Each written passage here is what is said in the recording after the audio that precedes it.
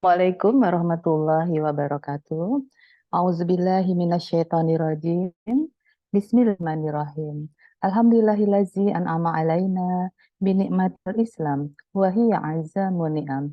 Asyhadu an la ilaha illallah wahdahu la syarika wa asyhadu anna Muhammadan abduhu wa rasuluhu. Allahumma shalli ala sayyidina Muhammad wa ala ali sayyidina Muhammad. Segala puji hanya milik Allah yang telah memberikan kita nikmat iman dan itu adalah utama-utama nikmat. Kami bersaksi tidak Tuhan melainkan dan kami bersaksi bahwa Nabi Muhammad adalah hamba dan utusannya. Limpahan salawat dan salam selalu kita curahkan kepada pemimpin kita, pembela kita insya Allah.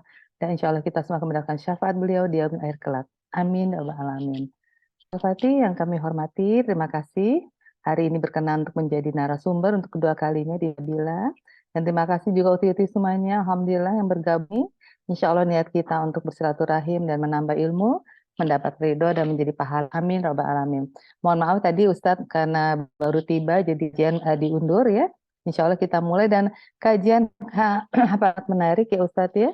Karena kita akan membahas fikih tadabbur alam, bagaimana tadabbur alam kita bernilai ibadah. Dan kita semuanya saya yakin di sini kita hobi untuk istilah zaman sekarang healing ya. Kita tadabbur alam dan semakin banyak keluar negeri tapi di Indonesia semakin banyak objek-objek pariwisata menarik dan tentunya kita ingin selain kita juga mendapatkan kesenangan dalam jasmani, insya Allah juga rohani kita dapat ketenangan dan tadabbur alam itu semakin mendekatkan diri kita karena kita bisa merenungi semua cita-cita Allah yang sangat indah. Untuk itu tentu pagi ini lebih mengupas lebih dalam tentang tadabbur alam agar bisa menilai ibadah. Begitu Ustaz, pembukaan dari kami. Assalamualaikum warahmatullahi wabarakatuh. Kan Ustaz? Ya, terima kasih Bunda Kamala yang sudah mengantarkan. Izin menyapa dengan doa terbaik yang mengandung harapan semoga yang hadir senantiasa diberikan keselamatan dunia akhirat, diberikan kasih sayang dan Amin. Alamin. Assalamualaikum warahmatullahi wabarakatuh. Waalaikumsalam warahmatullahi wabarakatuh. Bersyukur kepada Allah Subhanahu wa taala dengan mengucap alhamdulillahirabbil alamin. Bersalawat kepada Nabi dengan mengucap Allahumma sholli wa sallim wa barik ala nabiyina al-karim Nabiyina Muhammadin sallallahu alaihi wasallam. Bersyukur kepada Allah atas segala nikmat curahan yang Allah berikan kepada kita sehingga kita bisa diistiqomahkan ya, belajar bersama di kajian online ini. Semoga ibu-ibu semua yang hadir senantiasa disehatkan, amin, dilancarkan rezekinya, dimudahkan segala urusannya ya.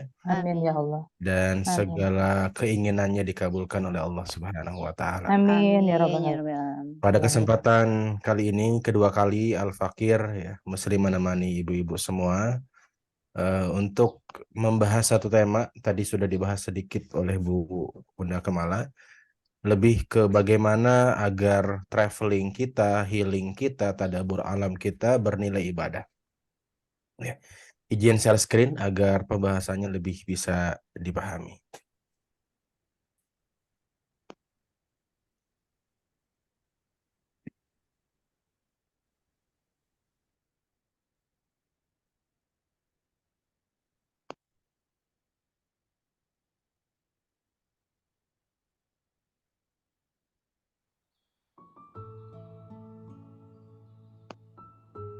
Ya, saya beri judul kajian kita pada pagi menjelang siang hari ini dengan tema fikih traveling agar setiap safar bernilai ibadah. Sebagaimana Bunda Kamala tadi ceritakan ya, semakin berusia semakin butuh healing, semakin butuh silaturahim bahasa agamanya, semakin butuh tadabbur alam dalam bahasa lain, semakin butuh hangout ya untuk kemudian bisa menikmati kehidupan. Dan betul, jangan sampai kemudian hanya bernilai kesenangan dunia, karena kesenangan dunia adalah kesenangan yang sangat sementara. Seindah-indahnya Paris kalau sudah 20 kali ke sana biasa saja. Kan orangnya kesini kan nanti. Seindah-indahnya Labuan Bajo jika setiap hari ke sana juga biasa saja ya. Maka bagaimana agar kesenangan duniawi ini tetap bernilai ibadah?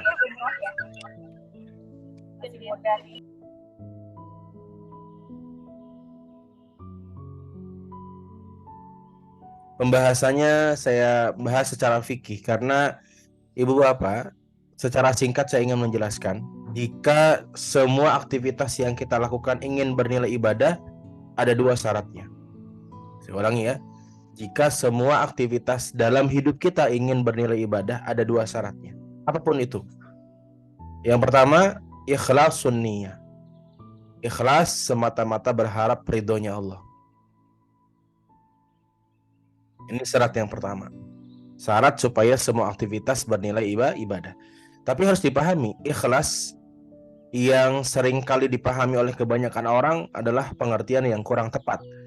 Ikhlas itu, dengan bahasa mudah saya jelaskan, ujungnya sampai kepada Allah.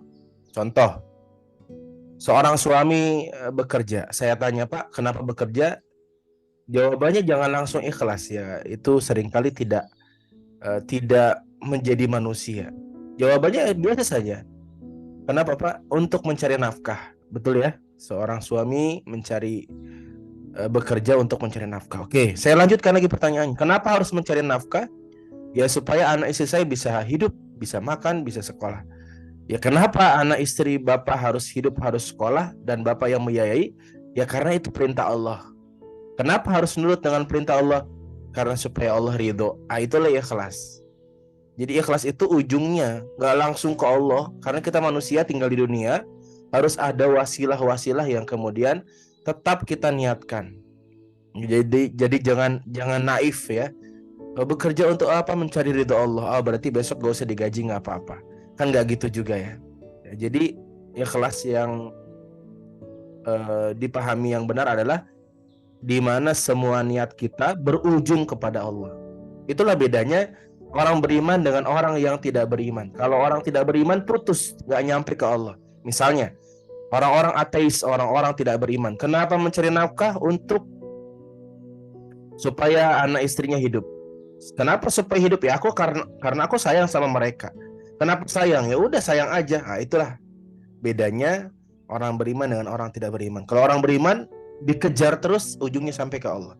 Tapi kalau orang tidak beriman, sekedar alasan yang tidak sampai kepada Allah. Itu dulu ya. Sama ibu-ibu ngaji pagi hari ini untuk apa? Mencari ridha Allah. Nanti dulu. Ya, jangan langsung ke situ dulu. Untuk apa? Untuk bisa silaturahim, untuk bisa mendapatkan ilmu. Saya kejar lagi. Kenapa harus dapat ilmu dan silaturahim? Ya biar kenal banyak orang Ustadz, biar sapa-sapa sama temen, biar nambah wawasan. Saya kejar lagi. Kenapa harus nambah wawasan? Ya karena itu perintah Allah. Silaturahmi juga perintah Allah. Kenapa harus mengikuti perintah Allah? Ya biar Allah ridho. Itulah ikhlas. Sampai sini ibu bapak bisa pahami ya? Ibu bapak, ibu-ibu, bunda semua. Jadi misalnya bunda-bunda nih ada trip traveling, wisata umroh plus Turki misalnya. Kenapa harus ke Turki? Ya supaya senang, kan jujur begitu ya. Supaya tahu Masjid Hagia Sophia tuh bagusnya kayak apa misalnya. Ya kenapa harus tahu? Ya supaya makin sadar bahwa kita tuh kecil, Allah tuh maha besar. Kenapa harus sadar? Ya dengan kesadaran semoga Allah ridho. Itulah keikhlasan. Itu syarat pertama supaya seluruh aktivitas kita bernilai ibadah. Nah, syarat kedua, ini yang kita akan bahas. Syarat kedua, semua aktivitas kita bernilai ibadah adalah mengikuti tata cara yang dicontohkan oleh Rasulullah SAW. Dalam bahasa Arab disebut ittiba'us sunnah. Yang pertama ikhlasun niyah, yang kedua ittiba'us sunnah. Apa itu ittiba'us sunnah? Mengikuti tata cara yang Rasul contohkan. Ibu-ibu sudah sarapan pagi hari ini? Mohon dijawab di kolom chat boleh, sambil memastikan apakah suara saya terdengar dengan jelas.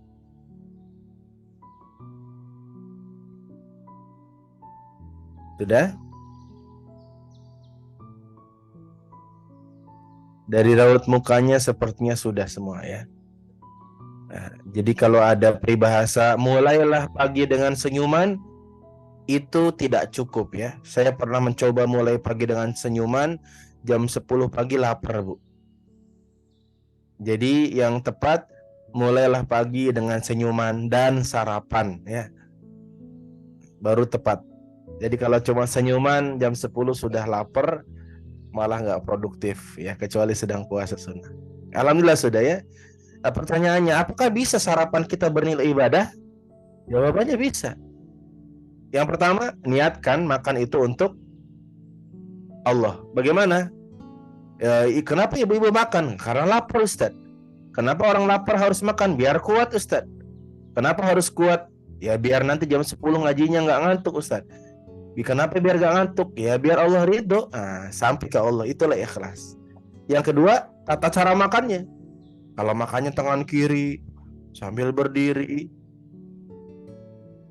makannya dari tengah dulu gitu ya, itu minimal kurang pahalanya, tidak sempurna. Tapi kalau makannya pakai tangan kanan, sebelumnya baca doa dulu, mulai dari pinggir dulu baru ke tengah gitu ya, semuanya dicontohkan oleh Nabi dan kita lakukan, maka pahala dari aktivitas tersebut menjadi sempurna. Nah, yang kita akan bahas pada kesempatan yang penuh berkah ini adalah bagaimana setiap traveling kita, setiap healing kita, setiap safar kita, tadabbur alam kita bernilai ibadah. Berarti yang pertama apa? Syaratnya apa? Ikhlas. Bagaimana ikhlas? Harus nyambung sampai ridhonya Allah. Yang kedua, tata caranya. Ini yang kita akan bahas ya. Cukup padat materinya. Izin agak lebih cepat menyampaikan karena waktu kita terbatas. Biasa saya menyampaikan materi ini itu sampai 4 jam ya. Kalau tidak salah mungkin Bu Dian pernah mengikuti ya. Tapi ya kita bahas sekali pertemuan. Kalau memang tidak cukup ya kita bahas part 2. Tapi insya Allah saya cukupkan pertemuan. Yang pertama, secara bahasa kita bahas dulu judulnya, fikih traveling. Fikih itu apa sih? Ya, fikih itu dalam bahasa Arab artinya, secara bahasa ya, artinya pemahaman. Artinya apa? Pemahaman. Makanya wajar sekali dalam masalah fikih banyak perbedaan pendapat, karena fikih itu artinya apa? Pemahaman. Nah, setiap orang memiliki pemahaman yang berbeda-beda. Ya, tergantung sudut pandangnya. Maka fikih sholat, ada yang kunut, ada yang tidak kunut, biasa itu. Yang penting sholat subuh kan begitu. Ya, fikih apalagi itu banyak ya. Fikih kemarin puasa Arafah rame tuh, kemarin puasa Arafah ya. Ada yang ngikutin Arab Saudi wukuf di Arafah, ada yang ngikutin Indonesia. Namanya fikih, pemahaman. Nah, adapun secara syariat, fikih itu disebut menjadi bagian penting karena apa? Fikih itu praktek yang dicontohkan oleh Nabi Muhammad SAW bersahabatnya. Fikih menjadi peletak dasar syariat melalui interpretasi atau ijtihad Al-Quran dan Sunnah oleh para ulama dan diimplementasikan menjadi sebuah fatwa oleh para ulama. Ya. Jadi secara singkat fikih itu tata cara yang diambil dari Quran dan Sunnah. Secara singkat, secara mudah saya definisikan fikih itu tata cara yang diintisarikan dari Quran dan Sunnah yang menjadi dasar sebuah syariat. Ya, jadi fikih itu nanti bahasanya apa? Tata cara. Makanya fikih haji bahasnya apa? Tata cara.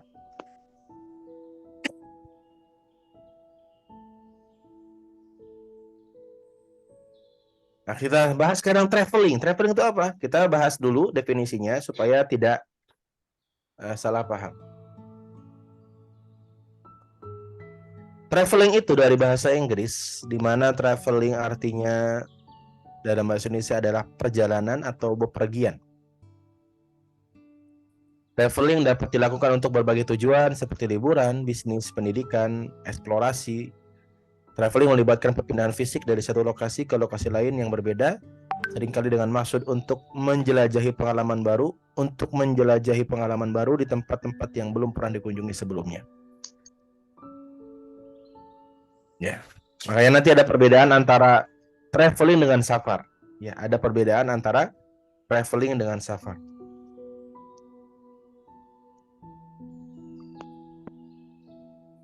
Apa perbedaan safar dengan traveling? Maksudnya gini Ibu Bapak. Tidak semua orang yang healing, traveling, hangout itu bernilai safar. Berlaku hukum safar. Nanti kaitannya dengan sholat qasar, jamak qasar. Itu tidak semua perjalanan diizinkan melakukan jamak dan qasar.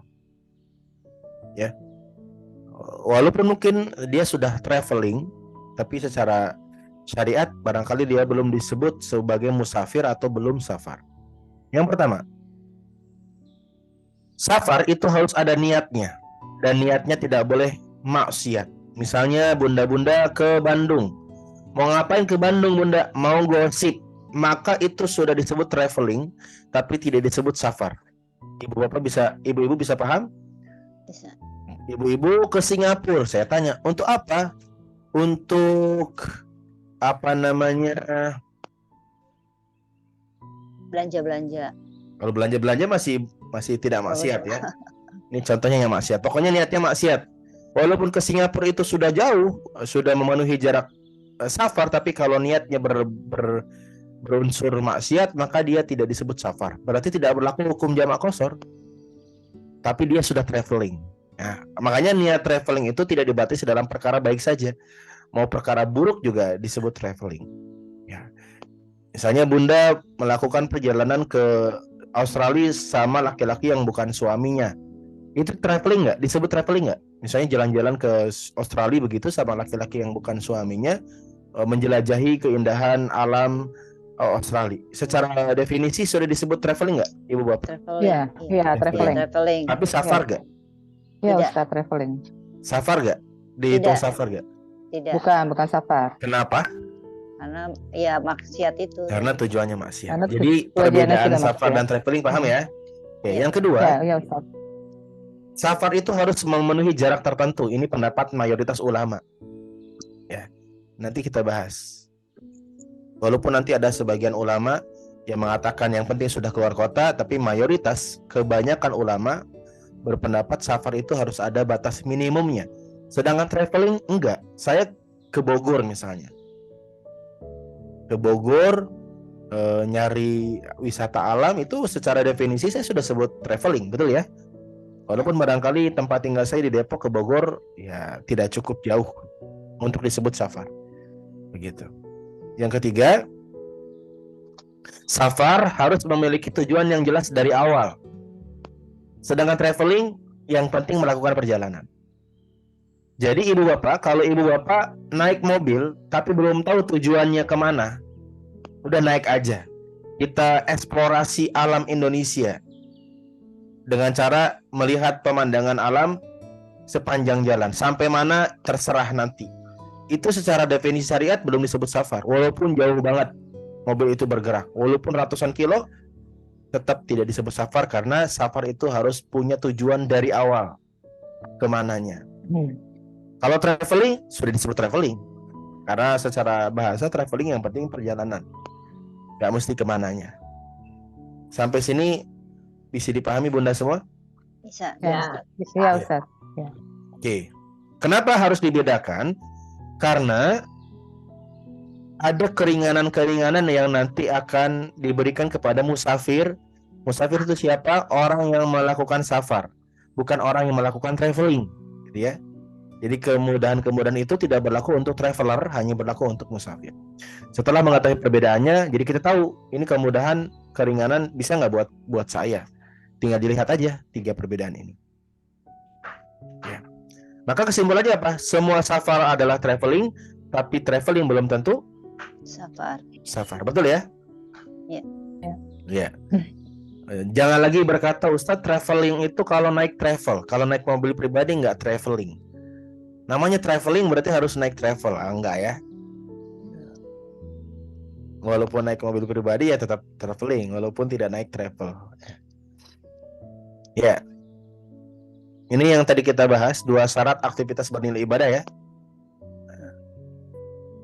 Ini diperjelas lagi supaya lebih kuat landasannya. Yang pertama, ikhlasun niyah. Niatnya berujung, saya tulis berujung ya, berujung untuk mencari ridha Allah. Jadi nyari uang itu bisa ikhlas gak? Bisa. Saya kerja nyari uang, bisa nggak? Bisa. Asal ujungnya. Iya. Kenapa nyari uang? Nyari nafkah. Kenapa nyari nafkah? menyenangkan anak istri. Kenapa menyenangkan anak istri? Supaya Allah ridho. Berarti ikhlas. Jadi ikhlas itu berujung, ya, ujungnya sampai ke Allah. Yang kedua, ittiba'us sunnah, mengikuti tata cara yang Rasul contohkan. Mau makannya bernilai ibadah, dua ini dipenuhi.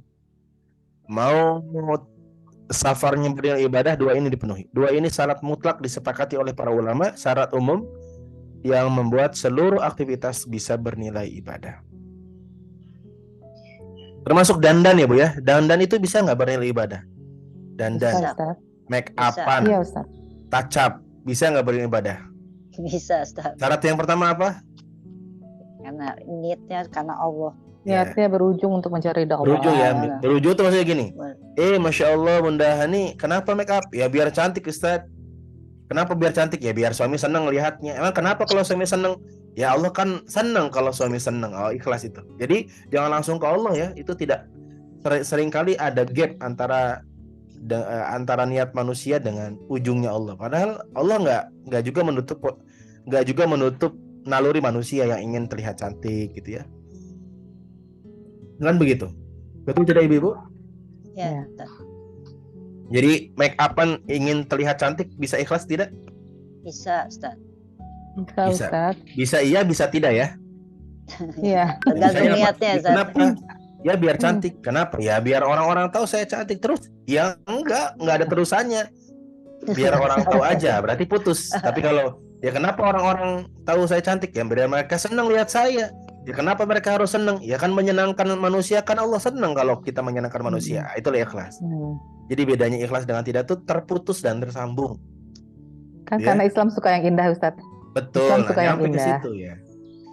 Kan Allah suka yang indah-indah gitu ya. Berarti ketika saya indah ya Allah suka begitu. Tapi lagi-lagi niat itu Ya. gerakan hati ya. Semoga semua aktivitas kita berujung. Berujung tuh kalau belum berujung ya lanjutin gitu ya, biasain. Ayo lanjutin. Jadi motivasi kita kalau memang berhenti, kan kita tahu ya motivasi kita seperti apa. Kalau berhenti ayo lanjutin supaya bernilai ibadah. Yang kedua, make up-nya sesuai dengan contoh Rasul. Apakah Rasul make up-an? Ya dalam bahasa sederhana iya, Rasul sisiran. Rasul tuh manusia paling rapih ya. Kemana-mana bawa dua benda Rasul itu. Ini sampaikan ke suami-suami Anda ya. Yang pertama mustun, sisir. Yang kedua miratun, kaca. Jadi Rasul tuh kemana-mana bawa dua, bawa sisir, bawa kaca. Sekarang yang bawa dua benda itu siapa? Ibu-ibu apa bapak-bapak? Ibu-ibu. Ibu-ibu. Padahal sunnahnya nggak cuma ibu-ibu, bapak-bapak juga begitu. Rasul kemana-mana, benda yang hampir tidak pernah tertinggal, sisir dan kaca. Karena Rasul itu manusia yang paling rapi. Rambut beliau tuh kadang segini ya, panjang, tapi panjangnya rapi. Tapi zaman dulu emang bapak-bapak kita selalu nyelipin sisir ya, Ustaz, ya, di kantong celana, saya masih ingat. Bapak-bapak zaman dulu necis ya. Iya. Ya, Kalau bapak siwak keras. kan soal Rasulullah nggak bawa siwak. Iya, kalau siwak kan sudah jelas, maksudnya saya tidak terangkat karena orang sudah tahu gitu kalau siwak itu ya. Yang tidak banyak diketahui ya tadi sisir sama Sisir, kaca. Kalau Mbak. siwak, iya jelas. Mm-mm. Nabi membawa siwak kemana-mana ya, walaupun siwak bisa digantikan dengan sikat dan gosok gigi, tapi kayu siwak itu memiliki keutamaan. Makanya sekarang ada pasta gigi yang dibuat dari kandungan kayu siwak. Ya. Oke, kembali ke topik pembahasan kita, Ya. safar. Karena kalau dari wajah-wajah bunda-bunda nih sering safar kayaknya ya, karena beda-beda kota ini. Ini kalau ketemuan meet up offline berarti kan kumpul di satu tempat, otomatis safar kan.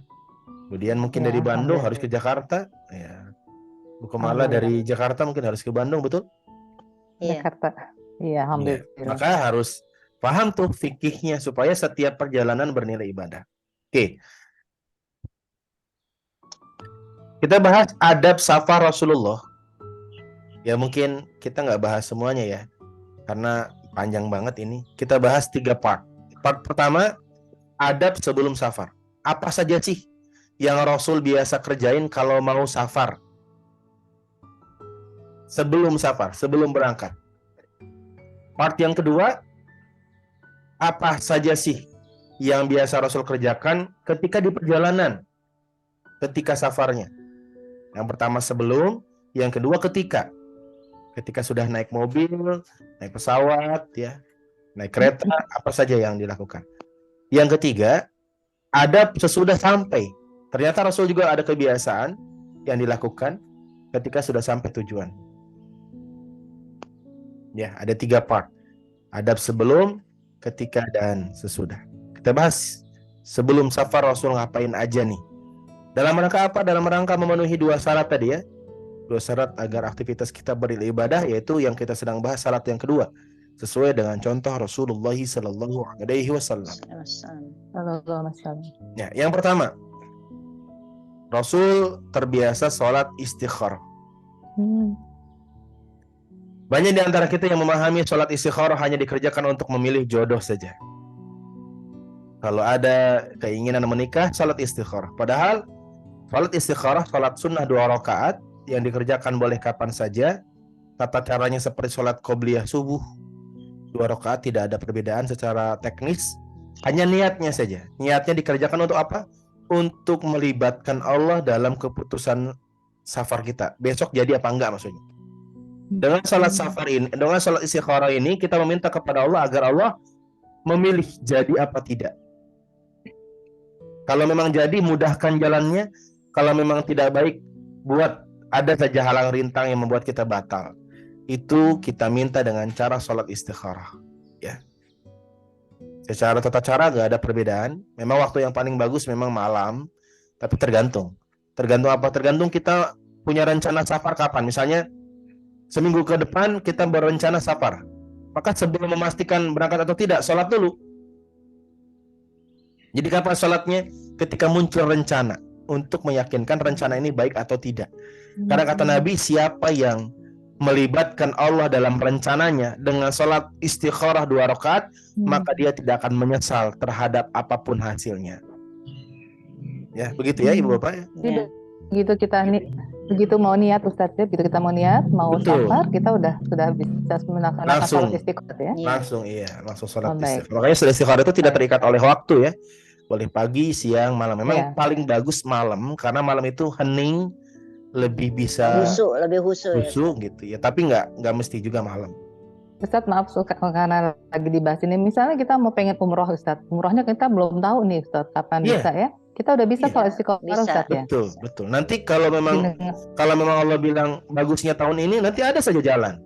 Jalannya tuh ada saja, mulus saja. Tapi kalau memang Allah mintanya tahun depan, jangan tahun ini, ya ada saja kejadian-kejadian atau halang rintang yang membuat kita nggak berangkat tahun ini. Dan apapun hasilnya, dengan salat istikharah kita akan memiliki hati yang lapang, gitu ya. Tidak Apakah rencana boleh juga dilakukan harus istikharah lebih dari ya. 1 kali Ustadz? Boleh. Boleh. Salat istikharah bebas ya. Boleh dikerjakan lebih dari 1 kali, boleh. Setiap ada rencana, terlepas dari hanya safar ya, tapi karena pembahasan kita safar, ya setiap mau menentukan safar jadi apa enggak salat istikharah. Padahal salat istikharah itu salah satu salat yang paling sering dikerjakan oleh Nabi. Kenapa? Nabi itu setiap punya keputusan salat istikharah. Bahkan ada seorang ulama namanya Imam Bukhari. Pernah dengar ya bunda-bunda ya, Imam Bukhari ya? Itu punya kitab, punya buku karangan namanya Sahih Bukhari. Jumlah hadisnya dalam buku itu 7.000-an hadis, sekitar 7.000-an lebih. Itu setiap beliau mau nulis 1 hadis, beliau sholat istikharah 2 rakaat dulu. Berarti beliau sholat istikharah berapa kali? Banyak, lebih dari 1 kali. Beliau punya buku namanya Sahih Bukhari. Jumlah hadis yang ditulis dalam buku itu 7.000-an. Dan beliau tidak menulis 1 hadis pun dalam buku itu kecuali diawali sholat istikharah 2 rakaat dulu. Berarti beliau sholat istikharah berapa kali? 7.000-an. 7.000-an. Jadi pertanyaan Bunda Kamala, apakah boleh lebih dari sekali? 7.000 beliau melakukan sholat istikharah. Tergantung tadi. Ada kebutuhan nggak melibatkan Allah dalam keputusan? Apapun keputusannya. Ya. Termasuk memilih sekolah anak, ya, termasuk memilih pekerjaan atau usaha apapun. Termasuk safar. Maaf Ustadz, kalau kita mau ikhtiar apa juga bisa ya dengan istikharah itu ya? Iya. Misalnya kita punya rencana apa gitu, mau buka bisnis, istikharah. Jadi istikharah itu bahasa lainnya sholat sunnah 2 rakaat dalam rangka melibatkan Allah dalam pilihan yang hendak kita pilih. Iya. Termasuk safar ya. Safar juga, apalagi safar. Kenapa safar ini penting, sholat istikharah atau sholat melibatkan Allah karena potensi kematian saat safar itu tinggi, Bunda semua ya. Iya, betul. Tinggi ya. Iya. Naik pesawat Artinya Ustaz baru tadi baru landing saya di Soekarno-Hatta. Naik pesawatnya kalau Ya. jatuh mesti ke bawah. Iya, Ustaz. Dan pesawat Iya. jatuh itu 99% nggak ada yang selamat. Walaupun tidak berharap, ya kemungkinan itu ada ya. Saya niatkan karena Allah dan semoga dengan sholat sunnah yang mengawali safar itu meninggal husnul khatimah. Husnul Khotimah. Oke, yang kedua.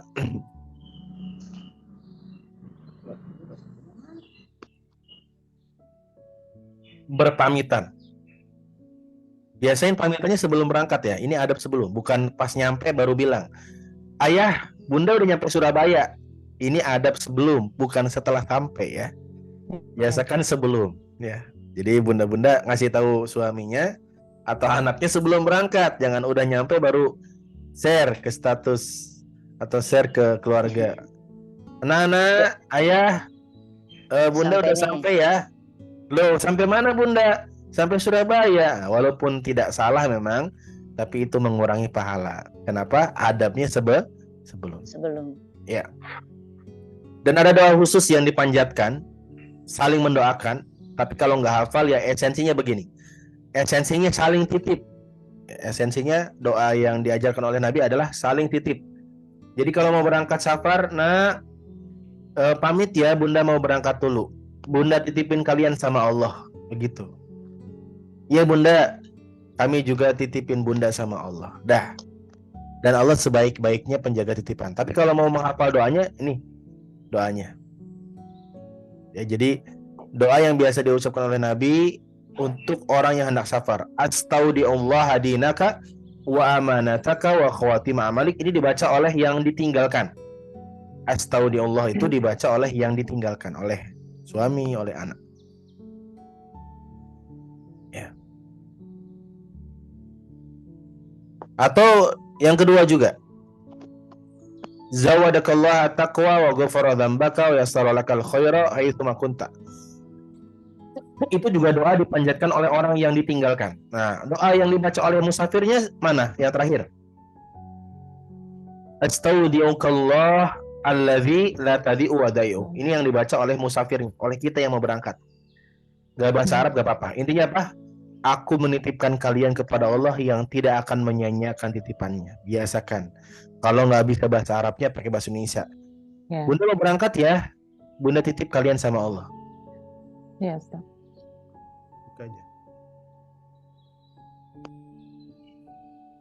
Ada satu phrase yang singkat banget Ustadz yang lagi populer, kita selalu mengatakan fi amanillah Ustadz ya. Ya, fi amanillah juga boleh. Kalau fi amanillah itu doa yang dipanjatkan dari yang ditinggalkan ke yang meninggalkan. Jadi orang rumah. Fi amanillah itu artinya semoga dalam lindungan Allah, dalam keamanan. Allah melindungi. Itu satu makna dengan doa yang pertama nih. Astaudiallah dinaka wa aman. Nah, aman tuh sama tuh. Fi amanillah. Ini juga ada kalimat aman ya.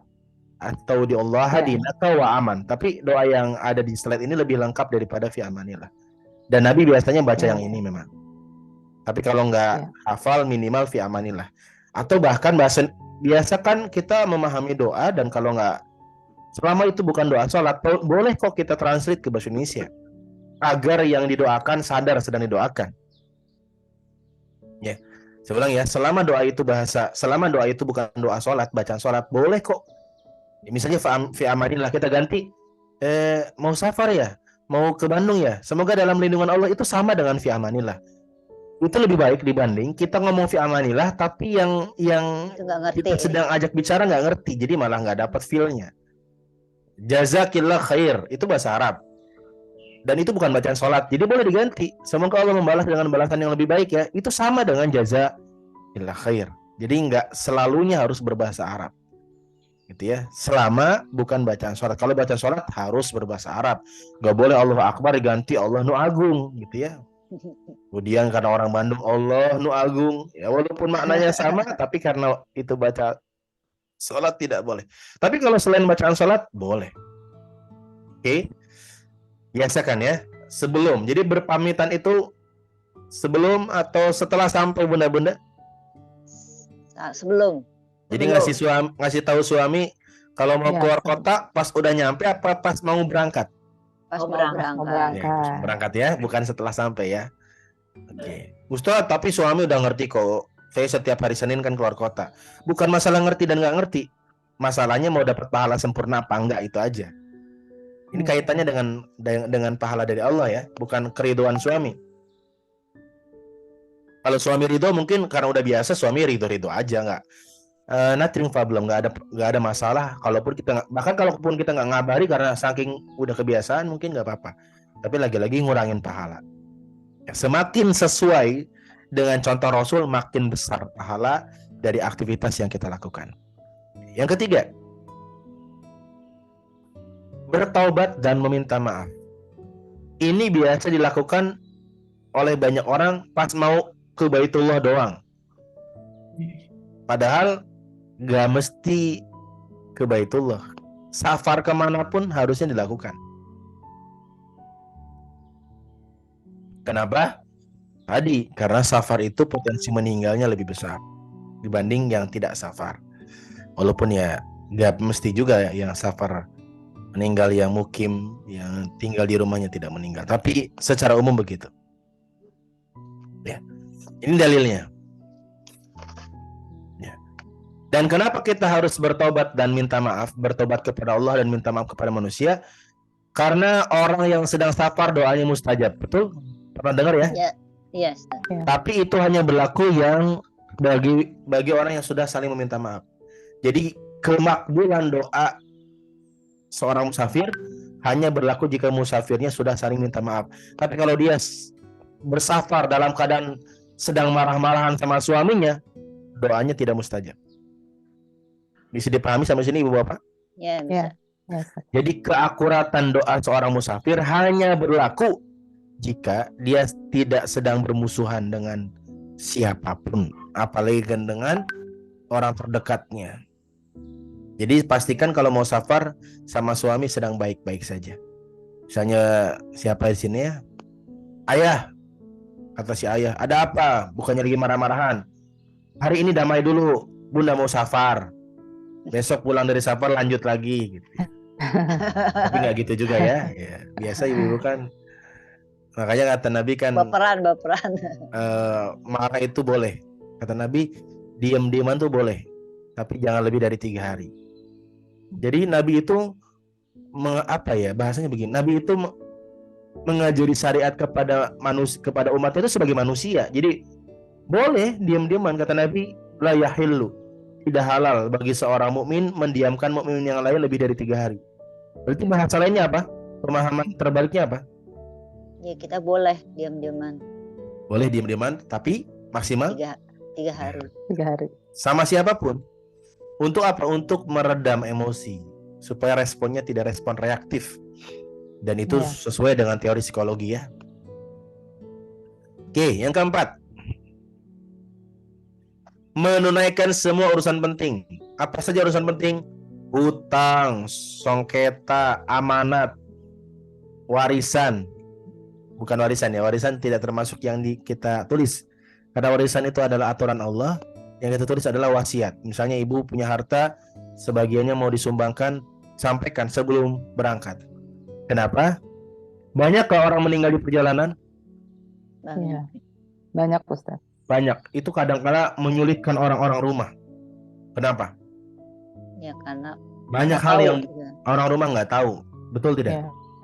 Iya. Tiba-tiba pas meninggal datang perempuan bawa anak 4, ternyata istri keduanya. Repot itu, rame kan? Aku istri keduanya. Ternyata makanya nggak boleh diam-diam, harus dikasih, karena kita nggak tahu meninggalnya kapan. Jadi harus gentle kalaupun memang sanggup gitu ya. Menunaikan semua urusan penting. Dan ada kebiasaan yang mungkin boleh Bunda juga biasakan, yaitu menulis wasiat di secari kertas, ditaruh di bantal. Isinya apa?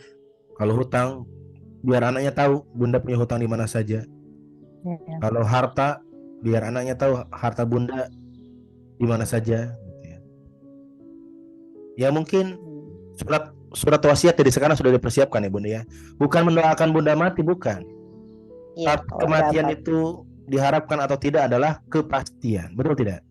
Ya. Ya, supaya kita meninggalkan keluarga dalam keadaan damai, tenang begitu ya.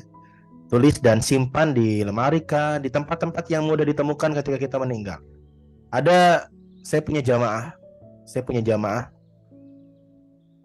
dia tuh di lemarinya sudah ada perlengkapan kematian lengkap di lemari beliau. Masya Allah.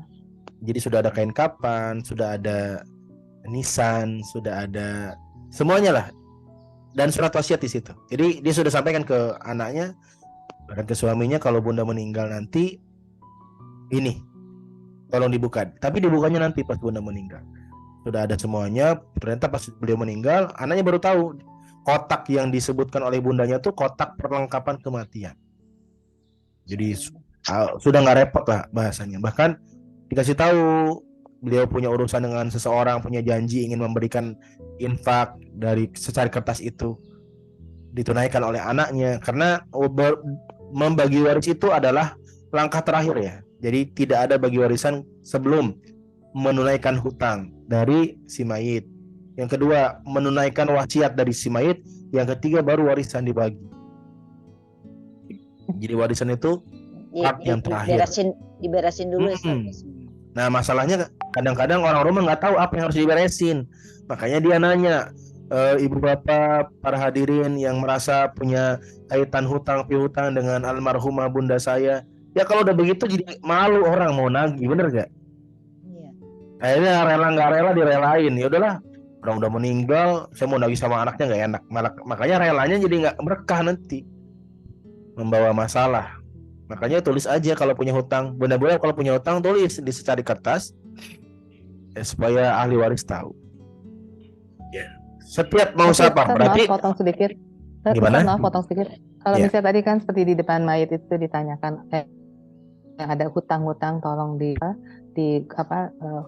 tahu kami keluarga. Kalau misalnya seperti Ustaz bilang tadi karena nggak etis, tapi juga mungkin dia sudah ikhlaskan, itu gimana Ustaz? Iya. Yang dihutangkan itu udah ikhlas. Sebenarnya kalau hutang itu kan akad muamalah. Akad muamalah dari dua belah pihak. Sebenarnya di dalam fikih Islam, syariat Islam, kemutihan itu harus dari dua belah pihak. Maksudnya harus ada kontak dari dua belah pihak. Jadi kalau saya punya hutang, punya piutang ke Bunda Kemala, dan saya mengikhlaskan, maka saya harus bilang ke Bunda Kemala. Saya harus bilang, Bunda, hutang yang 2 miliar kemarin saya anggap lunas ya. Ya. Tapi kalaupun saya tidak menyampaikan, saya cukup menganggap ikhlas dalam hati, itu secara hukum antara Allah dengan hambanya sah. Di akhirat nanti nggak ditagih. Tapi nanti jadi masalah. Anak saya nanti nggak tahu kan, saya sudah mengikhlaskan, nanti anak saya nagih ke anaknya Bunda. Kan sekarang banyak kejadian kayak gitu, hutang yang dari anak ke anak, jadi yang ribut anak dengan anaknya. Ya gara-gara itu. Jadi pemutihan itu harus disampaikan. Apalagi kalau jumlahnya besar, kalau jumlahnya besar harus ada hitam batas putih. Ya bahkan melibatkan notaris, karena ya tadi khawatirnya nanti berbuntut panjang. Orang tuanya sudah saling mengikhlaskan, tapi karena nggak ada bukti, yang menang siapa? Yang menang yang anaknya yang punya piutang, karena secara hukum dia masih punya hak untuk menagih. Itu ya, makanya ayat Quran yang paling panjang tentang hutang, buka Al-Baqarah 282, itu satu halaman penuh bahasnya hutang. Ya, kapan-kapan kita bahas ya fikih hutang piutang ya. Kayaknya penting juga ya, bagaimana tata cara minjemin duit dan minjem duit gitu ya. Kan biasanya ada tuh gelagat-gelagat orang mau minjem duit. Biasanya ngelus-ngelus dengkul gitu ya, ngelus-ngelus dengkul. Bu sehat Bu, Bunda Kemala sehat. Bunda Kemala sekarang makin cantik ya Bunda ya. Dia juga makin cantik, makin langsing sekarang ya, awet muda banget. Sambil ngelus-ngelus selutut itu ya. Makanya ada istilah, ketika meminjam uang seperti malaikat, ketika ditagih seperti setan. Seperti setan yang terlaknat ya. Makanya itu harus menjadi bagian penting dibahas, karena sebenarnya kalau dalam Islam gak bakal kejadian kayak gitu. Nanti kita bahas di kapan-kapan ya. Baik Ustaz. Yang kelima, nah, mencari teman safar yang soleh, yang solehah kalau ibu-ibu ya. Tapi ini nggak wajib ya. Yang sedang kita bahas adalah supaya pahalanya sempurna. Kalaupun enggak ya berarti berkurang sesuai poin yang hilang ya, sesuai itulah yang hilang pahala kita. Ya. Kenapa kata Nabi, orang yang bersafar satu orang dia bersama setan, 2 orang bersama setan, 3 orang baru musafir. Jadi sebaik-baiknya safar itu minimal 3 orang. Jadi di grup aja, Bunda, saya mau ke Surabaya nih tanggal sekian, siapa yang bareng? Oh saya begitu. Dan pastikan temannya yang soleh, yang soleha, bukan teman yang menjerumuskan gitu ya. Karena dengan teman yang soleh-soleha jadi ada pengingat ya, Iya, ada yang mengingatkan. Iya. Ada yang mengingatkan. Kalau sholat, Bu, ayo sholat dulu ada. Tapi kalau teman yang menjerumuskan, udah nggak usah sholat. Kita tiap hari kan sholat, dia sehari ini libur. Makanya teman ini penting. Astagfirullahaladzim. Iya, Teman ini Ustaz. penting untuk menentukan kualitas agama seseorang. Kata Nabi, seseorang tergantung agama temannya. Makanya circle itu penting. Dan salah satunya circle Salsabila ini insya Allah circle yang positif ya. Amin. Mengingatkan Amin, kebaikan. amin. Dan ternyata sudah berapa tahun ini? 25 Ustaz. Alhamdulillah. Masya Allah ya sudah Alhamdulillah. setengah seperempat abad ini ya, Masya Allah. Iya, insya Allah. Dari Bu Dian masih muda belia, Ustaz. Masya Allah. sampai masih muda ya. Enggak, sekarang juga masih muda. Tapi nggak belia lagi, masih muda aja. Iya, sudah muda jelita ya. Alhamdulillah. Iya, alhamdulillah disehatkan, dan yang seperti ini yang harus diistiqomahkan karena nanti di akhirat teman sejati adalah teman yang seperti ini. Kata Nabi, kata Allah Subhanahu wa taala, al-akhillau yawma idzin, di akhirat nanti semua pertemanan akan berbalik menjadi permusuhan. Teman kantor, teman goes, teman jogging, itu semua akan bermusuh-musuhan kecuali yang pertemanannya diikat karena iman. Ya. Nanti teman goesnya ngomong, "Ya Allah, ini teman saya goes tapi nggak ngingetin sholat duhur." Iya, dia nggak mau diingetin, nah jadi masalah nanti. Jadi apapun komunitas kita, mau goes kah, mau jogging, tetap gak usah malu bilangin, "Yuk Bu, barangkali mau duha, saya duha dulu." Habis keringatan, sehat fisik, sehat jasmani, kita sholat duha biar sehat rohani. Jangan takut dibilang sok solehah, nggak apa-apa. Allah tahu niat kita. Jangan takut dibilang sok hijrah, bau surga. Apapun tuduhan manusia itu menjadi hal yang tidak penting ya. Kenapa? Karena yang kita cari adalah penilaian Allah Subhanahu wa taala. Biasakan begitu. Dan di zaman sekarang sudah tidak zaman lagi menyembunyikan kebaikan. Kenapa? Karena maksiatnya sudah terang-terangan. Jadi kebaikannya harus terang-terangan. Jangan malu upload pengajian. Yang paling penting kita terus jagain niat. Itu saja sebenarnya ya. Misalnya kajian kita online, screenshot, upload di WA. Ustaz takut dibilang ria. Ya ibu ria nggak? Kan ibu tahu ibu ria atau tidak. Ria itu bukan menampakkan amal. Ria itu menampakkan amal untuk dipuji manusia. Yang salah bukan menampakkannya. Tujuan dipujinya itu yang salah. Jadi kita tahu kok kita berharap dipuji atau tidak. Dan siarkan saja. Semoga ada orang-orang yang tergerak hatinya untuk ikut kan. Begitu. Kenapa saya bilang begitu? Karena di zaman sekarang maksiat terang-terangan nggak ibu apa? Iya, Ustaz. Pelakor cerita dengan bangganya bahwa dia pelakor. Ada nggak? Ada. Dan itu nggak ada perasaan malu. Artinya ya zaman sekarang kita belum baik ya. Kita bukan orang baik. Kita itu orang-orang yang sedang berjuang lebih baik. Ya tentu jangan begini. Saya sering dengar kalimat yang sangat tidak tepat. Munafik. Siapa munafik? Yang menyembunyikan keburukan menampakkan kebaikan. Salah itu. Yang menyembunyikan keburukan menampakkan kebaikan itu justru ciri iman, Bu. Ciri orang masih punya iman, dia malu dengan keburukannya lantas dia sembunyikan, dia merasa perlu memberikan contoh kebaikan dengan menampakkan amal supaya yang lain mengikuti. Itu ciri iman. Jadi bukan munafik.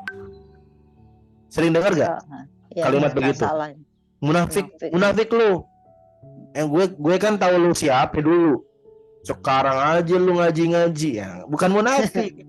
Justru kita tahu kita dosanya banyak, kita tahu kesalahan kita banyak, ya justru karena kita merasa banyak dosa, ya kita menampakkan kebaikan. Semoga dengan menampakkan kebaikan ada yang ikut. Nah, kalau ada yang ikut, ngurangin dosa-dosa kita, Bu.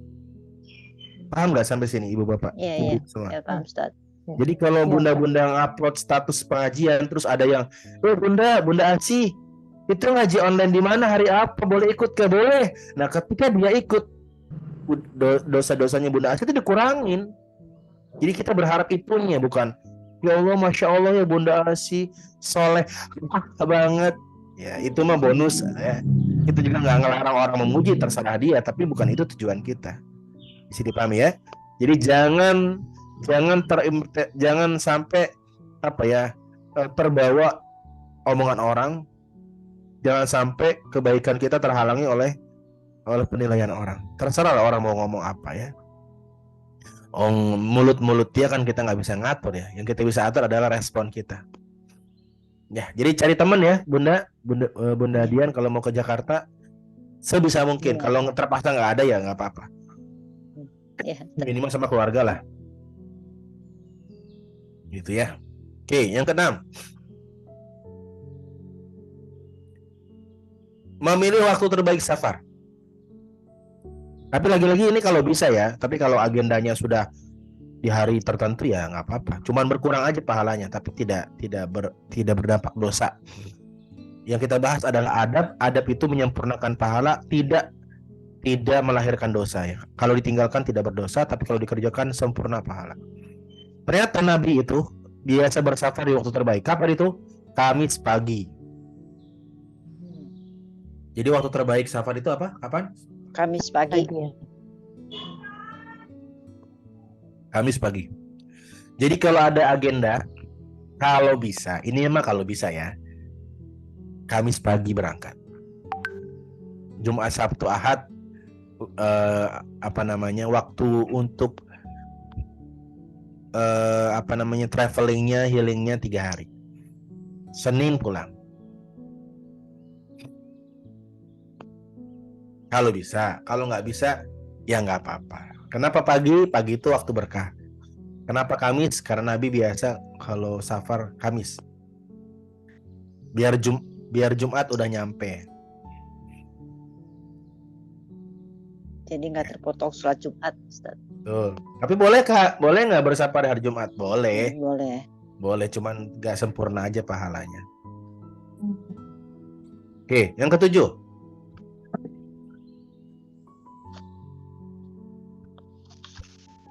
Mengangkat pemimpin safar. Jadi kalau Anda bersafar, diusahakan ditunjuk siapa pemimpinnya.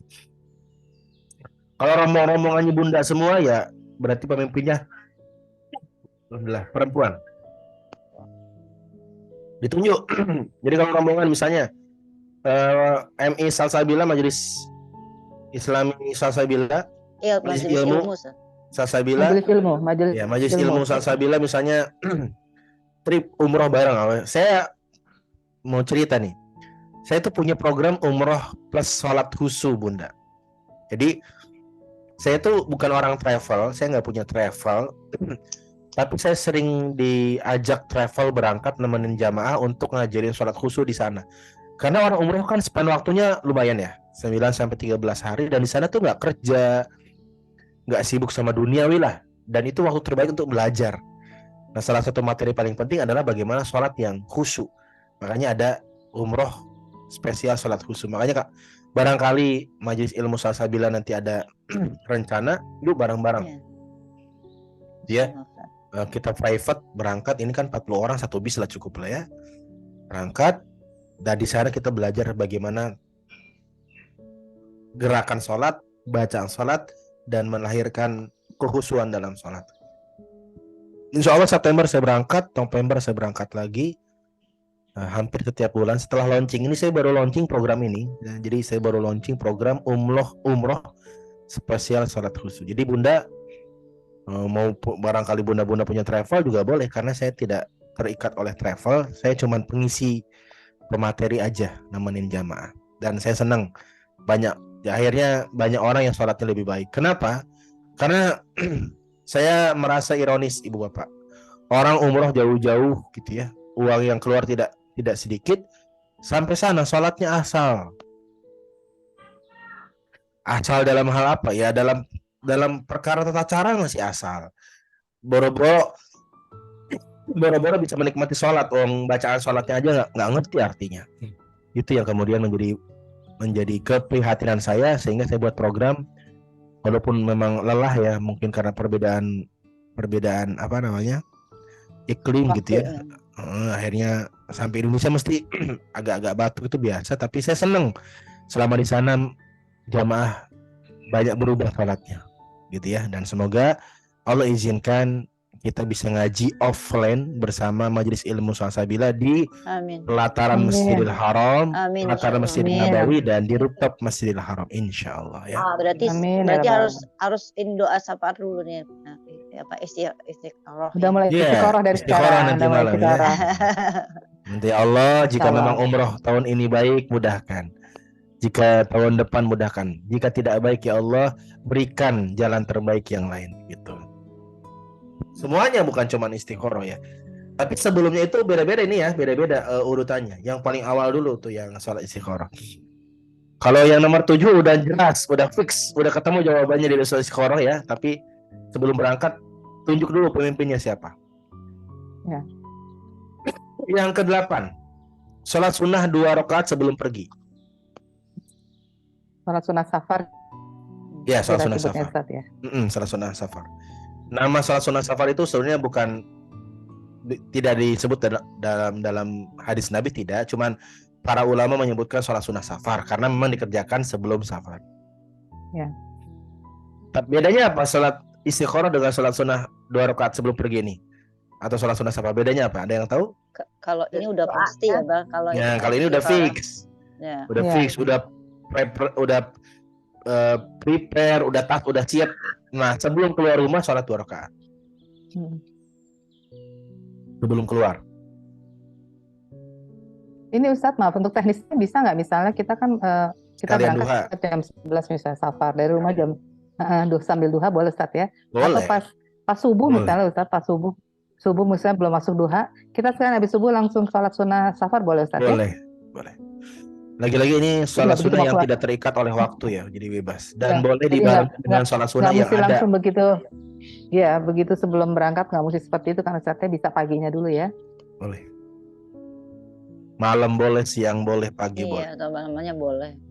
Habis tahajud. Dan Baik. boleh dibarengin sama sholat sunnah yang ada di waktu tersebut ya. Dibarengin sholat duha boleh. Dibarengin sholat tahajud boleh. Kalau malam. Ya. Ini dalilnya. Dan keutamanya luar biasa ya, dijagain sama Allah tuh dari kejelekan banyak lah. Jadi dijagain sama Allah sepanjang perjalanan.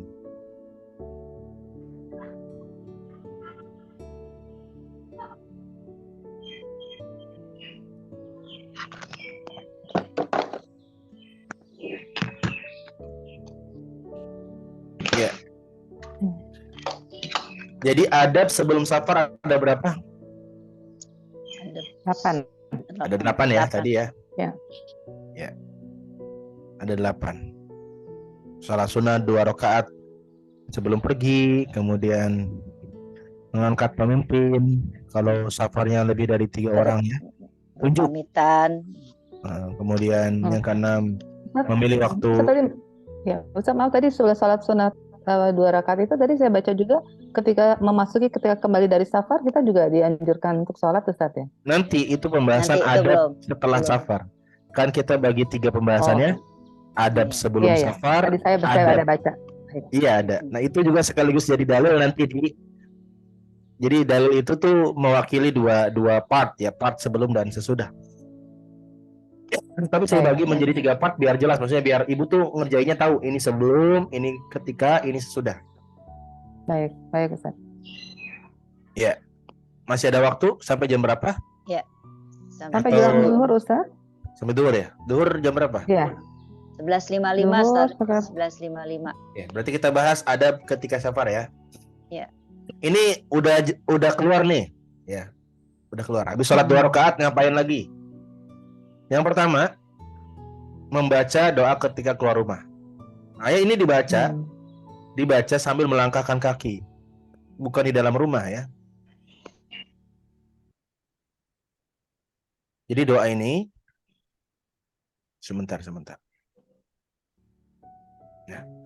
Doa ini dibaca ketika kaki sudah melangkah. Doanya apa? Bismillahi tawakkaltu 'ala Allah la haula wala quwwata illa billah.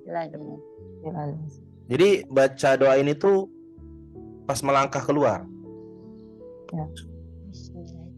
Bismillahi tawakkaltu 'ala Allah la haula wala quwwata illa billah. Siapa yang doa demikian kata Nabi, dia mendapatkan 3 keutamaan. Yang pertama, Allah akan lindungi dia dari segala mara bahaya. Yang kedua, Allah akan cukupkan rezekinya sepanjang perjalanan. Yang ketiga, Allah akan berikan jalan terbaik dalam setiap keputusannya. Maka jangan sampai kelupaan ya. Bismillahi tawakkaltu 'ala Allah la haula wala quwwata illa billah. Ya, ini dibaca ketika melangkah keluar. Setelah sholat sunnah 2 rakaat. Hafal ya ibu-ibu semua ya? Insyaallah Ustaz. Insyaallah. Yang kedua, membaca doa saat naik kendaraan. Tadi doa saat keluar, sekarang saat di atas kendaraan. Udah naik mobil, udah naik motor, udah naik kereta, udah naik pesawat. Ini doanya. Doanya panjang, tapi minimal. Doanya kan versi panjangnya ada. Ini biasanya dibaca ketika orang-orang umroh. Orang-orang umroh. Tapi minimal yang paling pendek, Subhanalladzi sakhkhara lana hadza wa ma kunna lahu muqrinin wa inna ila rabbina lamunqalibun. Sampai situ cukup. Tidak apa-apa. Ya. Tapi kalau mau lengkap ya tadi sampai ke bawah-bawah itu. Panjang Ustaz.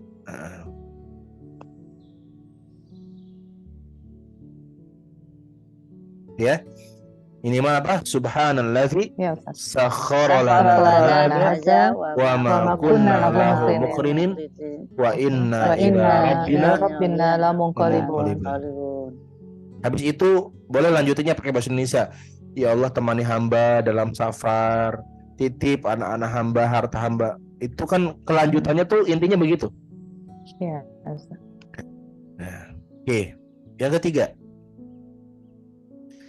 bertakbir dan bertasbih sepanjang perjalanan. Kapan bertakbir? Ketika jalan menanjak. Tapi nggak usah kenceng-kenceng, takbir nggak usah. Kita sendiri-sendiri aja. Sendiri-sendiri, terdengar oleh diri sendiri aja. Jadi zikir ya, bukan jadi teriakan. Allahu Akbar, Allahu Akbar, Allahu Akbar, Allahu Akbar. Turun, subhanallah, subhanallah, subhanallah, subhanallah.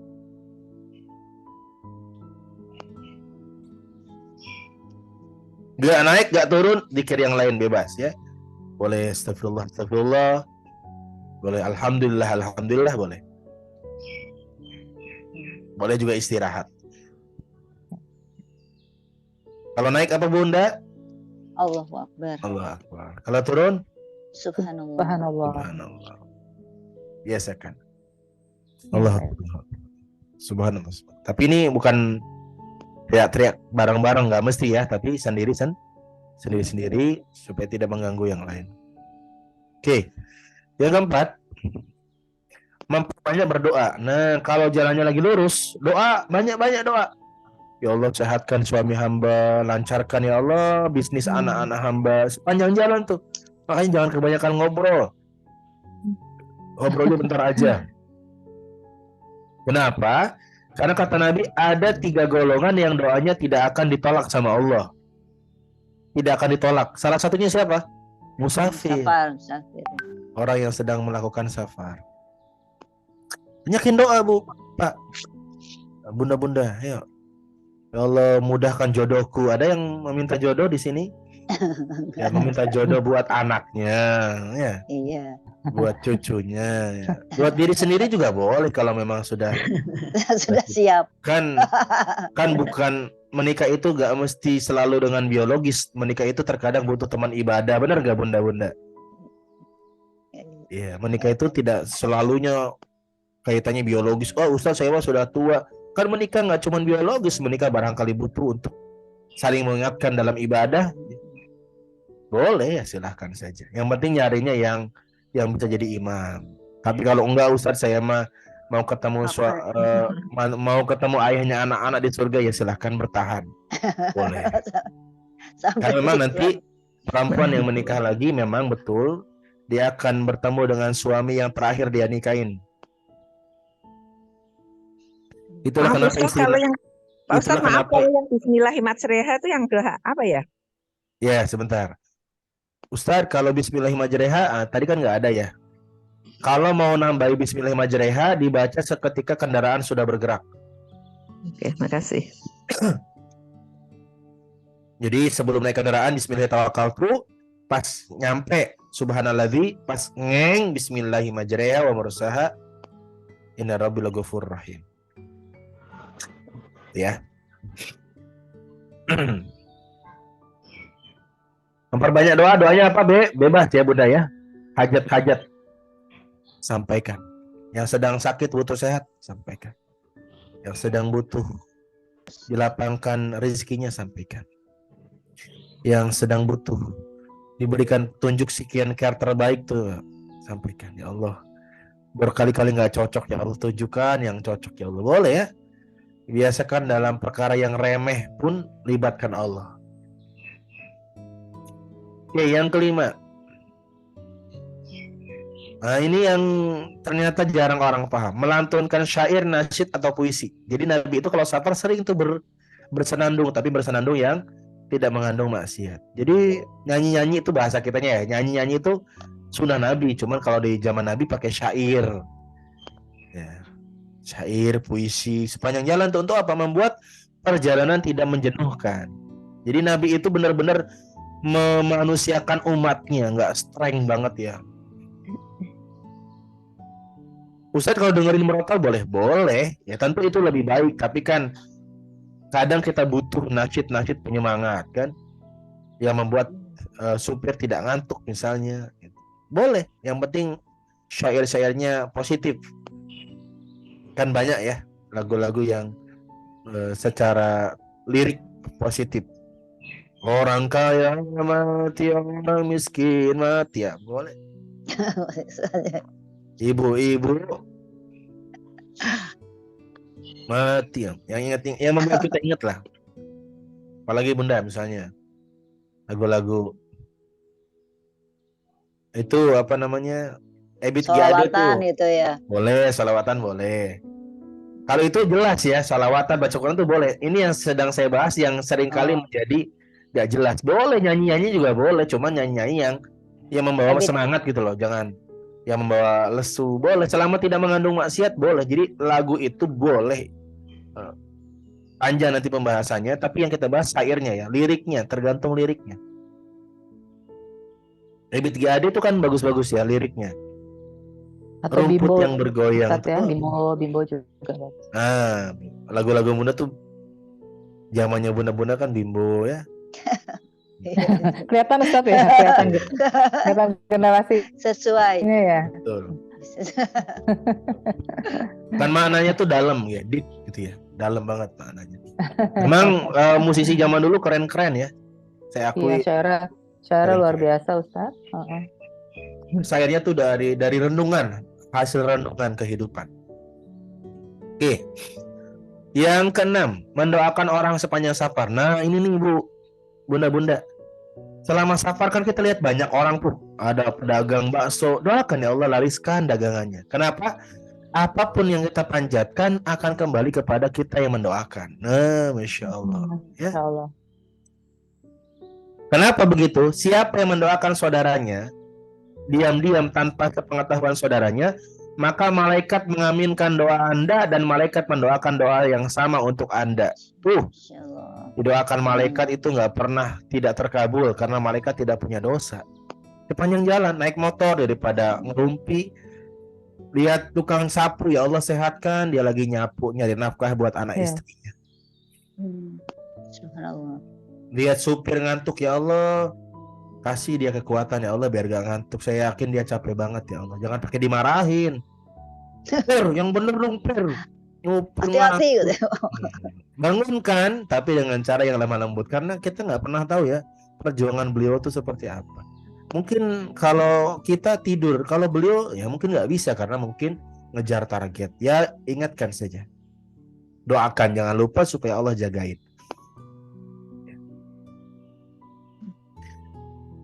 Yang ke-7. Nah ini. Mengkosor atau meringkas sholat menjadi 2 rakaat. Jadi semua sholat 4 rakaat jadi 2 selama safar. Ini yang kita bahas bukan jamak ya. Kalau jamak menggabung duhur dengan asar, maghrib dengan isya. Yang kita bahas kosor, meringkas. Jadi jamak dan kosor tuh nggak sepaket. Nggak mesti sholat yang dikosor harus dijamak atau sebaliknya. Nggak mesti sholat yang dijamak harus dikosor. Jamak itu tidak khusus untuk musafir. Kalau kosor khusus untuk musafir. Bahkan Nabi itu hampir tidak pernah sholat duhur 4 rakaat, selalu 2 rakaat ketika safar. Walaupun bisa 4 rakaat, tapi Nabi lebih suka 2 rakaat. Sebagian orang berkata, Ustadz, saya mah kalau safar duhur tetap 4 rakaat, asar 4, isya 4. Kenapa? Sekarang kan masih di mana-mana, rest area di mana-mana. Betul. Tapi kata Nabi, Allah tuh suka jika keringanan yang Allah berikan diambil. Ya. Dan ingat, kalau ibu-ibu sholatnya diringkas 2 rakaat, pahalanya tetap 4 plus dapat pahala kedua. Apa itu? Nyenengin Allah. Ya, saya beri analogi. Misalnya saya jualan beras, kemudian Bunda Kemala Chandra datang ke rumah saya, ke toko saya pun kaget. Ya Allah, Bu Kemala jauh-jauh datang ke toko. Iya Ustadz, mumpung ada acara di dekat sini, mampir mau beli beras. Oh iya, berapa? Sekilo 12.000, biasanya ini buat bunda-bunda 5.000 aja. Saya senang banget nih bunda-bunda mampir. Nah, kira-kira saya lebih senang dibeli dengan harga 5.000 per kilo atau 12.000 per kilo? 5.000. Kenapa? Karena merasa tawaran baik saya diterima. Walaupun saya yakin Bunda Dian dengan Bunda Kemala mampu beli 12.000. Sama dengan yang Allah inginkan. Allah meringankan orang yang musafir itu sholatnya 2 rakaat. Walaupun Anda mampu 4 rakaat, tapi Allah senang kalau keringanannya diambil. Paham maksud saya? Iya. Ya. Kecuali ibu-ibu sholatnya berjamaah dengan masyarakat setempat, itu mah nggak ada pilihan kecuali ngikutin mereka ya. Begitu bunda-bunda. Dan selesailah adab ketika safar. Mungkin sampai sini dulu ya biar ada sesi tanya jawab. Ya. Supaya ada yang tidak paham semakin paham, ada yang tidak jelas semakin jelas, dan semoga nanti adab setelah safarnya dibahas di kalau ada kesempatan. Kita lanjutkan nanti Ustadz ya. Insya Allah. Kajian berikutnya. Ya, saya berikan waktu seluas-luasnya sampai zuhur untuk sesi tanya jawab. Boleh sesuai tema, boleh juga di luar tema. Kalau saya mampu menjawab, saya jawab. Kalau tidak, insya Allah dijawab di pertemuan selanjutnya. Insya Allah. Ya, Ustadz, tanya dulu Ustadz, karena mumpung tadi sekalian dengan jamak tadi. Jadi kalau ada kita kan sering memasukkan udah jamak kosor gitu, itu berarti nggak bisa ya Ustadz ya kalau jamak kosor gitu ya? Bisa, jamak kosor itu boleh dilakukan jika penyebab jamaknya ada, penyebab kosornya ada. Cuman itu nggak sepaket. Oh, jadi Maksudnya kalau kita misalkan takutnya nanti kita misalnya pergi zuhur tapi takutnya asarnya nggak ke ini, kan selalu kita bilang jamak kosor jadi 2-2. Nah, begini misalnya. Iya. Kemarin banyak yang bertanya begini, Ustadz, saya mau naik kereta. Kereta saya jam 1 siang nyampe maghrib. Oke, pertanyaannya, boleh nggak Ustadz saya jamak asar ke zuhur? Tapi saya masih di Bandung. Nah, sebagian orang berkata nggak boleh, kan ibu masih di Bandung, belum safar, benar nggak? Iya. Jawabannya boleh. Kenapa? Karena jamak itu dilakukan bukan karena safar, tapi karena susah payah. Apa susah payahnya? Anda melalui waktu asar di kereta dan Nabi nggak pernah sholat di atas kendaraan. Nabi nggak pernah sholat wajib di atas kendaraan. Nabi itu selalu kalau sholat wajib di tanah, di darat. Kenapa Nabi tidak pernah sholat wajib di atas kendaraan? Karena Nabi tidak pernah naik kendaraan umum. Mhm. Iya. Sehingga beliau bisa berhenti kapan saja. Dan itu jadi dilema. Ya, makanya kalau ada solusinya apa? Jamak takdim. Sholat asarnya ditarik ke duhur, tapi tidak dikosor. Duhur 4, asar 4.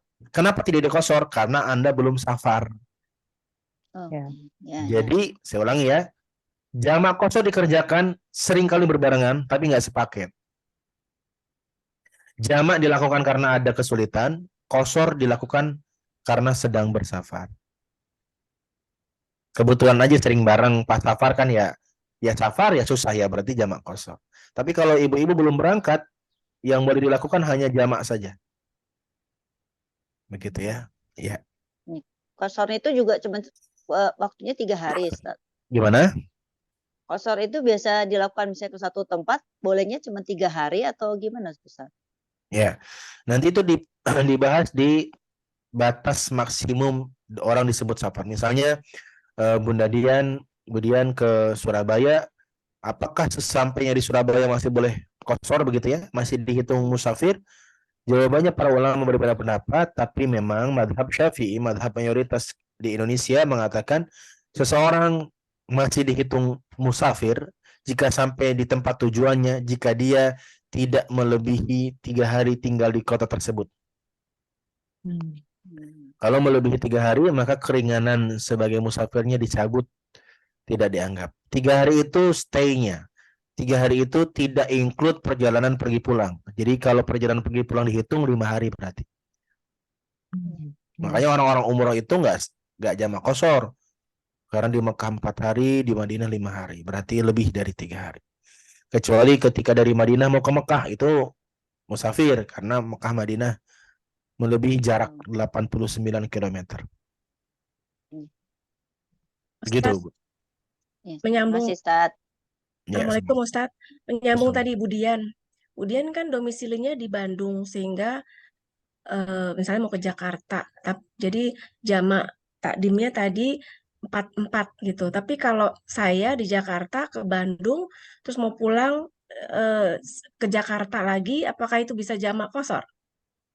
Dua-dua. Ya, jawabannya boleh jamak kosor atau tidak tergantung Bunda di Bandung berapa hari. Enggak, itu pulang balik misalnya. Jadi Kalau saya PP, paham kalau 3 hari menetap itu. kalau PP ya berarti Bunda masih terhitung musafir. Ya. Maka boleh jamak kosor, boleh. Ya, Ustaz, tapi masih. kan bisa nggak jamak, bisa nggak kosor. Bisa. Nabi juga bisa. Nabi bisa nggak sholatnya nggak jamak kosor? Bisa. Apa yang membuat Nabi nggak bisa? Oh, naik unta tinggal turun. Dan Nabi itu kalau sholat kan di gurun pasir bebas milih di tempat mana saja kan.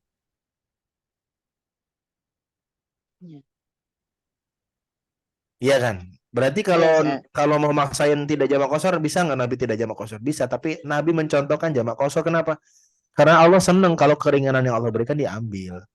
Siapa sih yang paling rajin sholatnya? Nabi. Nabi aja jamak kosor. Ya, jadi jangan melebihi kerajinan Nabi begitu loh ya.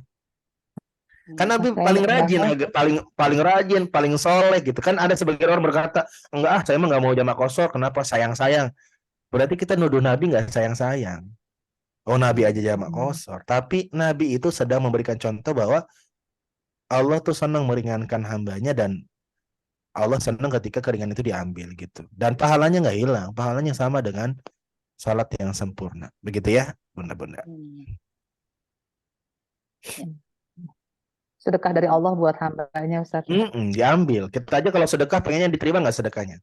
Iya, Ya, diterima. terima, Ustaz. Jadi kalau ada yang ngomong jamak ya, enggak, ngapain jamak kosor, nanti di depan juga ada rest area lagi.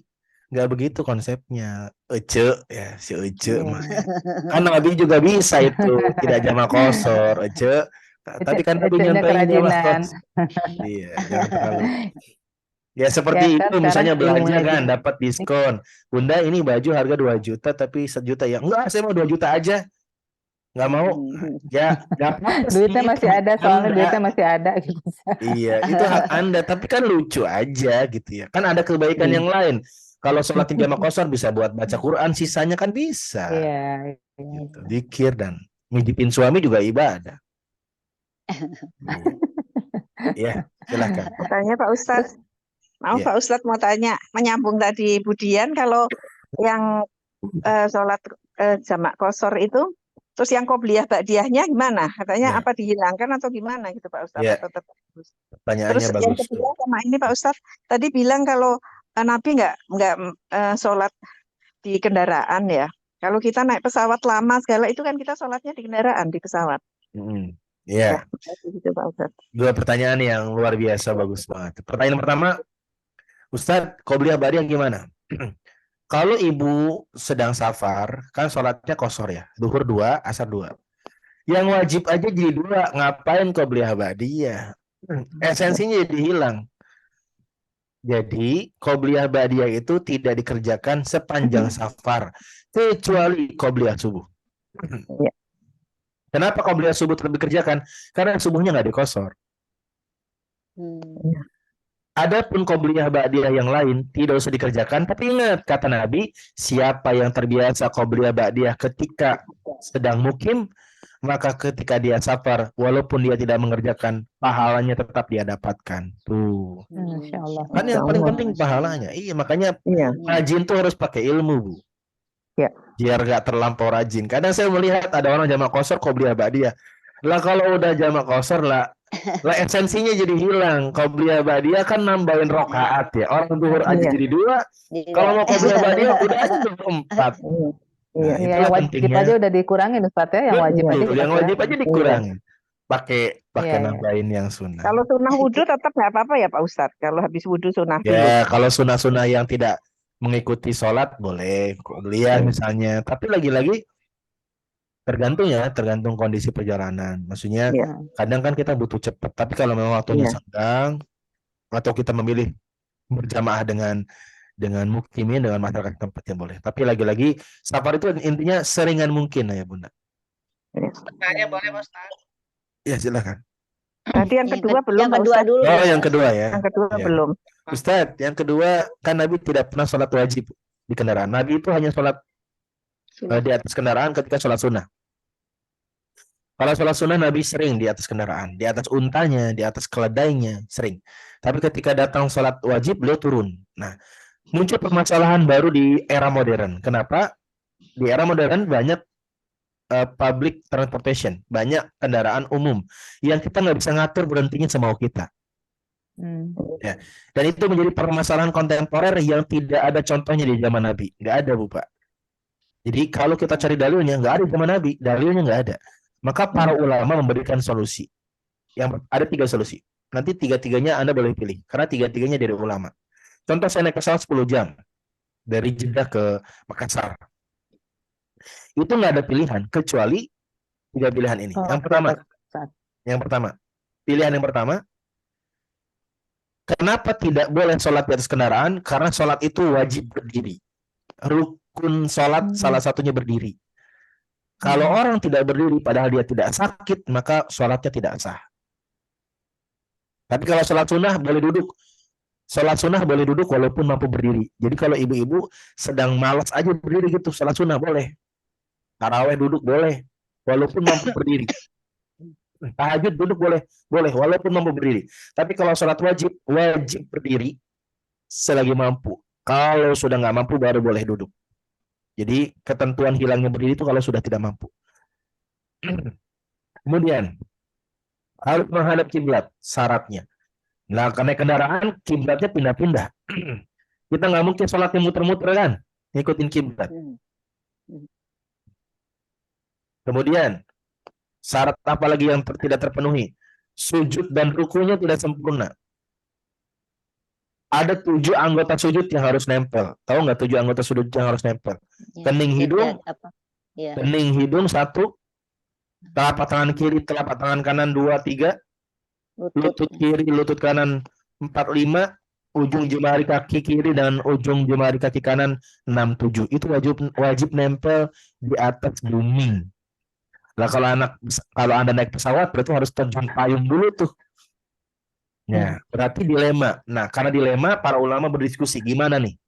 Yang pertama, ini solusi yang pertama ya. Ini opsional pilihan, tapi 3-3-nya dari para ulama. Yang pertama, kerjakan sholat semampunya di atas kendaraan karena tidak ada pilihan. Dalilnya surat At-Taghabun. Fattaqullaha mastata'tum, bertakwalah kepada Allah semampu kalian. Maksudnya tidak ada pilihan. Kalau naik pesawatnya 10 jam tidak ada pilihan. Tapi kalau sholat, kalau di atas kendaraannya bisa di jam akhir, ya jam akhir. Paham ya maksud saya? Iya. Misalnya naik pesawat misalnya jam jam 9 pagi nyampe jam 5 sore. Ya udah nggak usah sholat. Nanti aja sholatnya pas nyampe jam akhir. Tapi kalau 10 jam nggak ada pilihan, mesti ada sholat yang terlewat. Misalnya kayak perjalanan saya ya, saya berangkat jam 12 jam 3 dini hari di Jeddah, nyampe Makassar jam 9 malam. Subuh nggak mungkin saya kerjakan di darat karena lewat waktunya. Kapan lewat waktu subuh? Ketika sudah syuruk. Maka saya kerjakan di atas pesawat. Pilihan yang pertama apa? Kerjakan semampunya. Saya berdiri dulu, Bu. Saya berdiri dulu. Habis berdiri langsung duduk. Jadi saya masih mampu berdiri dalam keadaan takbiratul ihram. Jadi sekuat tenaga dulu menunaikan sesuai dengan aturannya. Berdiri terus gak mampu, ya duduk. Tapi berdiri dulu, jangan langsung duduk. Kalau mampu berdiri 1 detik, berdiri 1 detik. Tapi kalau nggak memungkinkan baru duduk. Paham maksud saya ya? Iya, iya. Ya, karena berdiri itu wajib. Bahkan takbiratul ihram, kalimat Allahu Akbar itu harus dibaca dalam keadaan berdiri sempurna. Di rakaat pertama aja ya Ustadz ya. Iya, minimal di rakaat. Makanya saya bilang minimal wajib berdirinya sih sepanjang harusnya berdiri. Tapi kan saya bilang Kondisinya. minimal pas Allahu Akbar berdiri. Kalau Pas Allahu mampu. Akbar itu kita berdiri ya. Iya, kalau mampu. Iya. Kalau nggak mampu, Iya. membahayakan, apalagi Anda sholatnya pas turbulensi. Iya. Ya, duduk. Pakai seat belt. Iya. Gimana? Seat beltnya lepas kan itu. Lepas lah. Lepas. Makanya sholatnya pas seat beltnya sudah boleh dilepas. Kan kalau sudah settle di atas kan boleh. Kan lampu seat beltnya sudah mati. Oke. Begitu. Tapi sekarang kalau di kereta api, alhamdulillah Ustadz ya, kereta api sekarang udah ada musola, Ya, sudah udah ada musola. apa? Tempat Makanya sholat, pokoknya gini, alhamdulillah kalau di kereta api. konsep dasarnya kerjakan semaksimal sempurnanya dulu. Jadi jangan langsung ke bilet paling rendah. Cari dulu ada musola. Saya beberapa kali ke Baitullah pakai Saudi Airlines, saya cari musola dan ada musola di belakang. Iya, Saudi pernah lihat saya. Kalau SV ada. Kalau Garuda Lion memang nggak ada. Kalau SV ada. Untuk tayamumnya pakai air semprot-semprot gitu atau gimana? Air. Tayamum itu sama juga. Tayamum itu keringanan, beda dengan kosor. Kalau tayamum itu bukan keringanan, alternatif. Beda ya. Kalau kosor itu rukhsah bahasa Arabnya, keringanan. Kalau tayamum itu alternatif. Artinya kalau udah mentok nggak bisa wudu baru pakai tayamum. Dan ada masalah juga tayamum di pesawat itu. Kenapa? Karena dalam madhab Syafi'i tayamum itu harus pakai debu yang benar-benar debu, yang kelihatan debunya. Di pesawat tuh ya mungkin ada tapi kagak kelihatan debunya. Makanya kalau menerapkan fikih madhab Syafi'i dianjurkan membawa tanah dari darat di bawah kain begitu. Repot. Makanya saya wudhu. Saya di pesawat wudhu, Bu. Kalau dipakai botol yang semprot gitu. Iya, entah pakai spray boleh. Pakai spray ya. Tapi sebenarnya saya beberapa kali ke Baitullah atau naik pesawat ada air di toilet dan banyak sebenarnya. Cuman memang kalau semuanya wudhu jadi crowded itu aja sih sebenarnya. Bukan masalah tidak ada air. Makanya saya tidak mewajibkan semua jamaah wudhu, tapi saya wudhu. Tidak semua jamaah saya wajibkan wudhu. Kenapa? Ya, jadi begini. Dari satu pesawat misalnya 400 orang. Kemampuan orang berwudhu 20. Ya 20 itu wudhu ya termasuk saya. Nah, sisanya nggak mampu ya. Berarti batas ketidakmampuannya itu harus sampai maksimal begitulah. Ya. Dan kita memilih yang kan dianjurkan begini kata pramugarinya. Waktu maghrib sudah masuk, silakan bagi yang mau mengerjakan sholat maghrib bisa dikerjakan dan kami harapkan tidak menggunakan air di toilet sebagai air wudhu karena jumlahnya terbatas. Nah, jumlahnya kan terbatas. Makanya saya termasuk yang pakai, yang lain nggak saya suruh. Karena kalau semuanya pakai memang jadi masalah. Begitu. Untuk apa? Untuk menghindari perbedaan pendapat. Karena memang di pesawat itu kalau tayamum nggak dapet fikihnya tuh. Cuma lagi-lagi, itu pilihan pertama ya. Saya bahas dulu, supaya clear dulu nih. Pilihan pertama apa? Sholat di atas kendaraan semampunya. Nggak ada air, susah dapat air, tayamum. Nggak bisa berdiri, duduk. Ya. Tanpa mengganti. Sesampainya di darat, nggak usah ganti. Ini pendapat pertama. Berarti sholatnya dianggap sah. Walaupun banyak rukun yang hilang, tapi itulah kemampuannya. Yang kedua, sholat di atas kendaraan semampunya, nggak berdiri nggak apa-apa, nggak wudhu nggak apa-apa, tayamumnya nggak ada debu nggak apa-apa, tapi sesampai di darat diulangi semuanya. Ini pendapat kedua. Kenapa? Karena sholat di atas kendaraan tadi nggak sah. Kenapa dikerjain li ihtiramil waktu? Untuk menghormati waktu datangnya sholat. Makanya ada sholat namanya sholat penghormatannya. penghormatan, ihtiram alal waktu salah. Tapi tidak sah sholatnya. Kenapa? Nggak berdiri, tayamumnya juga nggak sah. Cuman darurat aja. Pendapat pertama dianggap sah karena itu kemampuannya dan nggak usah diulangi. Pendapat kedua dikerjakan di atas kendaraan tapi dianggap tidak sah atau tidak sempurna dan diulangi sesampainya di darat. Nah, pendapat ketiga, nggak usah sholat sepanjang di atas pesawat. Apa sholatnya? Nanti nyampe kendaraan dirapel semuanya. Dikodoin gitu ya. Ya.